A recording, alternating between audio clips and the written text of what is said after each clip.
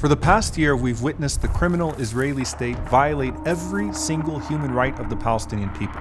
Their justification? October 7th. They used that one day, that one event to tell the entire 76-year history of the occupation of Palestine. As the anniversary of October 7th rolls around, here's everything that didn't happen on October 7th.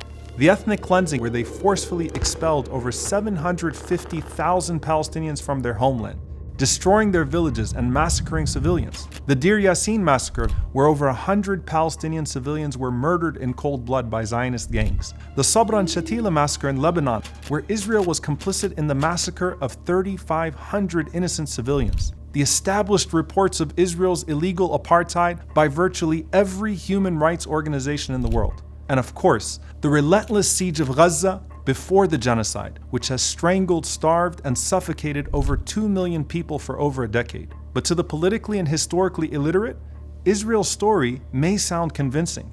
And that's not an accident. You see, every reasonable human being stands against the murder of civilians. Nobody wants to see violence perpetrated against any innocent person. But the history of unchecked brutality against innocent Palestinians, literally every day before and after October 7th, is intentionally left out of your headlines. In fact, many of the stories Israel created around October 7th were meant to play into tropes of the uniquely barbaric Arabs, and they've widely been debunked. 40 decapitated babies, completely false. Claims of mass rape, not a shred of evidence. But because of the framing of these lies, actual babies have been beheaded, and the world has ignored concrete evidence of Israel's systemic rape of Palestinian prisoners. And now, Netanyahu is doing a copy-paste job in Lebanon.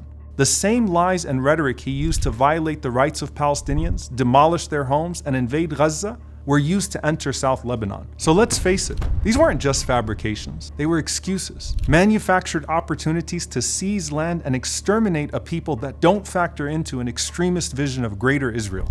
This was never about self-defense. It was always about domination. But it's not working as well as Netanyahu would like his people to believe. Israel's economy is tanking, inflation is spiraling, and nearly 500,000 Israelis have fled the country since October 7th. And people around the world are starting to see through the lies. Netanyahu is losing control, credibility, and the trust of his own people. So he's doing what every bully does, terrorizing yet another victim. And the world is supposed to just sit by and watch as Israel plays victim while America protects it in its crimes. They say nothing justifies October 7th.